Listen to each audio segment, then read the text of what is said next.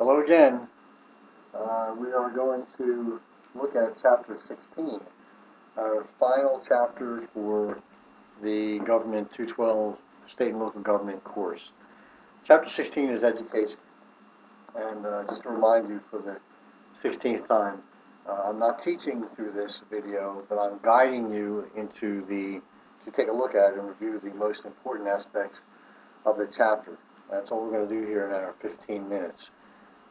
Education. There's a lot of history in the chapter about how education evolved in the United States. The Morrill Land Grant Act, the Office of Education being created, and so on. Take a look at that, and I'm sure there'll be questions on your multiple choice exam, your continuous exam, from those areas. But I expect you to know them. There at the beginning of the chapter. Then there's a discussion on how we decide how well students are doing in class, performance. And the way you look at this is, the way I suggest you look at this is inputs and outputs. That is, how well the school on the input side is providing books and qualified teachers and facilities. That's all input side. The output side would be things like graduation rates and numbers of students dropping out of high school, standardized testing, and so on. So take a look at that. You'll notice that on page 532 there's a chart here of standardized tests. And the SAT scores have been fairly stable over the years. Take a look at Tennessee compared to the other states. Tennessee is ranked 35 on the graduation rate, and then number 15 for average SAT scores. That's a big difference, and that would be a good question to talk about on discussion posting. Why it is that Tennessee has such a lopsided graduation rate versus its SAT scores. There have been a number of reforms you want to be mindful of. Back in the 60s, we had the James Coleman Report, 1966, which suggested or analyzed what it is that enables students to do well in school. And what Coleman did, as you look in the text, you'll notice Coleman looked at literally hundreds of variables to try to determine what it is that enables students to do well. Things like how much TV students watch, whether they have new or old books, if they're in the city or out of the city, everything you can think of, he analyzed. Teaching methodologies, age of teachers, where the teachers went to school. But he came down to find out that, it boiled down in his analysis to found out that there are really two things that matter most in students being able to learn. The first one is the conviction by parents about education. That is, if parents are convicted and convinced that education is important, that was the topmost variable that correlated to how well students do in school. And interestingly, the second highest correlation was with parents of the children that a student hangs around with. So if a student is friendly with another student whose parents are convinced that education is important, then that student is likely to do well. And the interesting output of this was busing in the 1980s and 90s, where students from poorer schools who were doing poorly because of a lot of variables like lack of taxes and poor facilities and no books or whatever, old books. A lot of students were bused from cities out to the outer areas and suburbs to learn alongside wealthier kids, but whose parents were very interested in learning. And it was noted by Coleman in that report that students who were bused did much better when they were learning in schools where other kids' parents were interested in learning.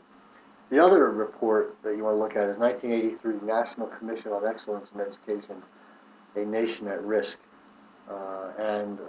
It's a very compelling report indicating how America is at risk in that there are foreign competitors out there.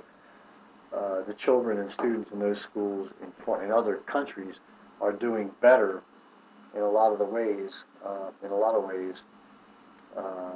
and the report goes on to make recommendations about curriculum content, standards, expectations, and so on. And I would have you take a look at that. One of the suggestions from that report had to do with magnet or charter schools or vouchers.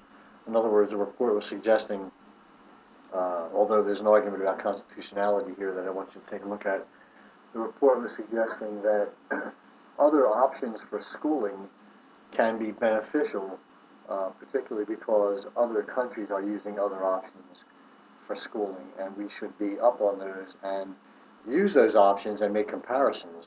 Now, I mentioned constitutionality because there's a long discussion, there has been a long discussion since the onset of the country about whether tax money should go to support religious-based schools.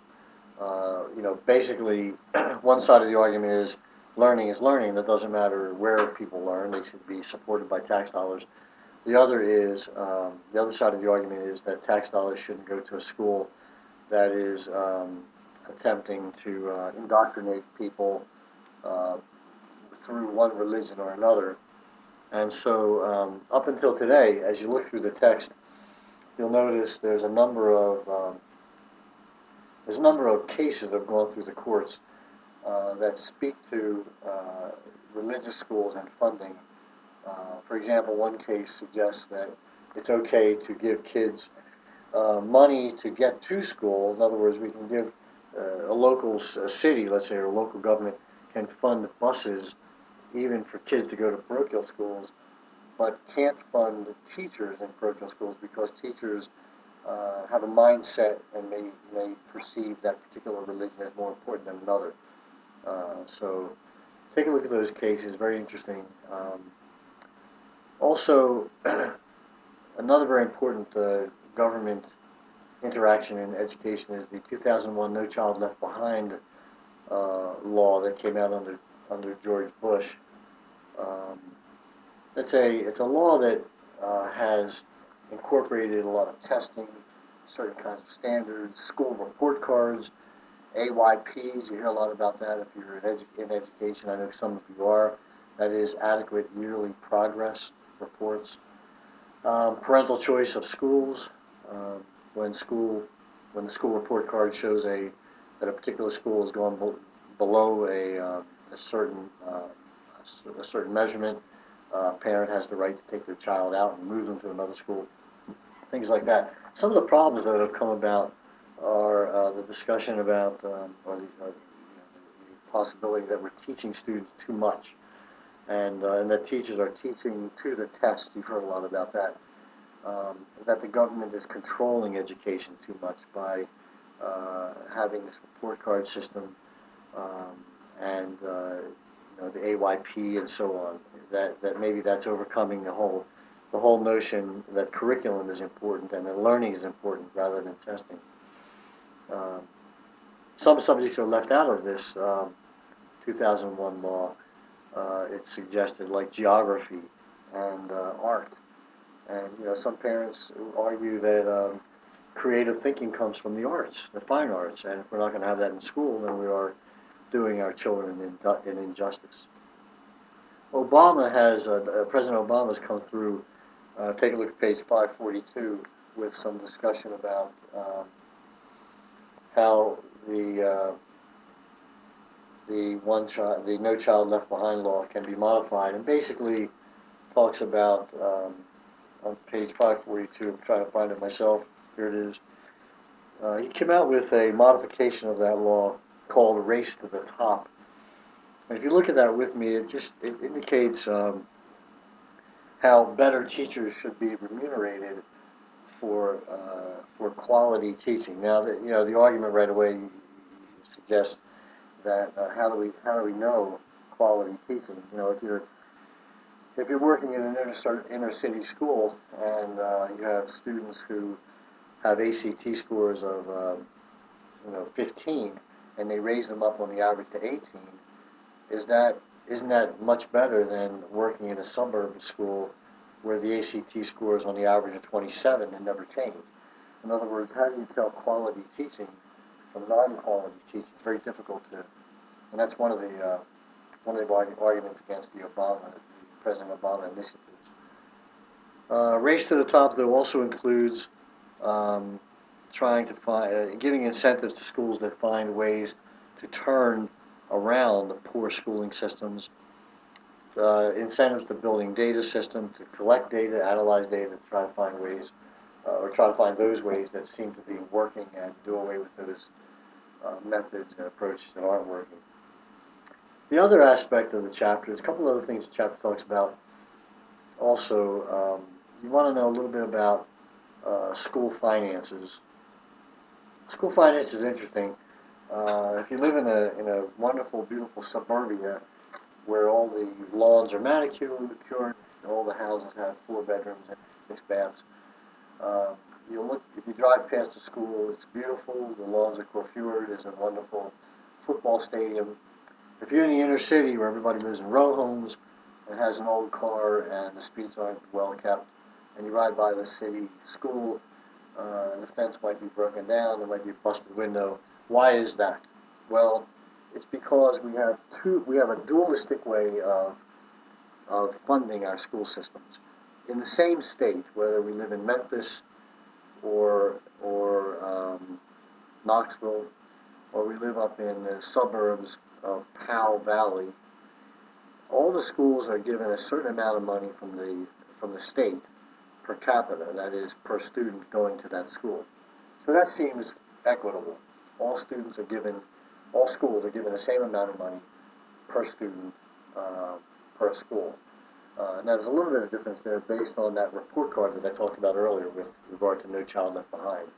Schools that are excelling will get a little bit more remuneration from the state than the schools that aren't. All right, but that's one pool of money. The second funding comes from local taxes.